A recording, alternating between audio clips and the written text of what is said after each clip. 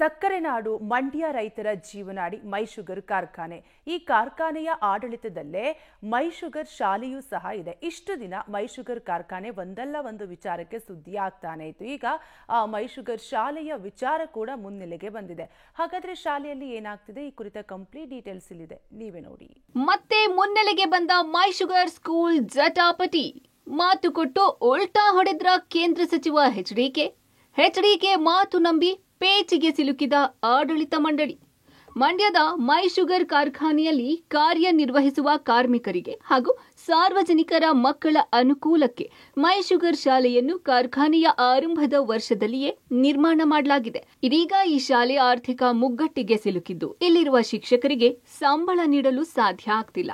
ಹೀಗಾಗಿ ಮೈ ಶುಗರ್ ಆಡಳಿತ ಮಂಡಳಿ ಈ ಶಾಲೆಯನ್ನ ಖಾಸಗಿಯವರಿಗೆ ಲೀಸ್ಗೆ ಹಾಕಿ ಶಾಲೆ ನಡೆಸಲು ಮುಂದಾಗಿತ್ತು.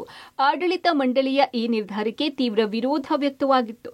ಈ ವಿಚಾರಕ್ಕೆ ಕೇಂದ್ರ ಸಚಿವ ಎಚ್.ಡಿ. ಕುಮಾರಸ್ವಾಮಿ ಕಳೆದ 3 ತಿಂಗಳ ಹಿಂದೆಯೇ ಮಧ್ಯಪ್ರವೇಶ ಮಾಡಿ ಈ ಶಾಲೆಯನ್ನು ಲೀಸ್ಗೆ ಹಾಕೋದು ಬೇಡ, ನಾನೇ ಶಾಲೆಯ ಉಳಿವಿಗಾಗಿ 25 ಕೋಟಿಯನ್ನ ಡೆಪಾಸಿಟ್ ಇಡ್ತೀನಿ ಅಂತ ಭರವಸೆ ಕೊಟ್ಟಿದ್ರು. ಎಚ್ಡಿಕೆ ಭರವಸೆ ಮೇರೆಗೆ ಮೈ ಶುಗರ್ ಆಡಳಿತ ಮಂಡಳಿ ಲೀಸ್ ಹಾಕುವ ವಿಚಾರವನ್ನ ಕೈಬಿಟ್ಟಿತ್ತು. ಇದೀಗ ಹಲವು ತಿಂಗಳಿನಿಂದ ಇಲ್ಲಿನ ಶಿಕ್ಷಕರಿಗೆ ಸಂಬಳ ನೀಡಿಲ್ಲ. ಇತ್ತ ಕುಮಾರಸ್ವಾಮಿ 3 ತಿಂಗಳು ಕಳೆದರೂ ಸಹ ಈ ವಿಚಾರದಲ್ಲಿ ಯಾವುದೇ ನಿರ್ಧಾರ ಕೈಗೊಂಡಿಲ್ಲ. ಹೀಗಾಗಿ ಕುಮಾರಸ್ವಾಮಿ ಕೊಟ್ಟ ಮಾತಿಗೆ ಬದ್ಧರಾಗಿ ಶಾಲೆಗೆ 25 ಕೋಟಿ ಕೊಡಬೇಕು ಎಂದು ಆಡಳಿತ ಮಂಡಳಿ ಆಗ್ರಹಿಸುತ್ತಿದೆ. 25 ಕೋಟಿ ಅನುದಾನನೂ ಕೊಡ್ತೀನಿ ಅಂದ್ರು. ಅಲ್ಲಿರ್ತಕ್ಕಂಥ ಶಿಕ್ಷಕರಿಗೆ ನಾನೇ ಡೆಪಾಸಿಟ್ ಮಾಡಿ ಅವ್ರಿಗೆ ಸ್ಯಾಲರಿ ಕೊಡ್ತೀನಿ ಅಂತ ಕೂಡ ಪಾಪ ಅವ್ರಿಗೆ 15-20 ಲಕ್ಷ ಸಂಬಳ ಕೊಡಬೇಕು.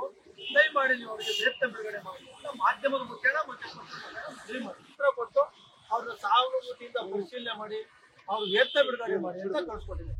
ಒಟ್ಟಾರೆ ಇತಿಹಾಸವಿರುವ ಮೈ ಶುಗರ್ ಶಾಲೆಯನ್ನ ಲೀಸ್ ಹಾಕೋದು ಬೇಡ, ನಾನು ನೆರವಿಗೆ ಬರ್ತೇನೆ ಎಂದು ಕುಮಾರಸ್ವಾಮಿ ಹೇಳಿದಾಗ ಮಂಡ್ಯ ಜನರು ಮೆಚ್ಚುಗೆ ವ್ಯಕ್ತಪಡಿಸಿದ್ರು. ಆದ್ರೆ ಇದೀಗ ಎಚ್ಡಿಕೆ ಈ ಮಾತನ್ನ ಉಳಿಸಿಕೊಳ್ತಿಲ್ಲ ಎಂಬ ಆಕ್ರೋಶವೂ ಸಹ ಇದೀಗ ವ್ಯಕ್ತವಾಗ್ತಿದೆ.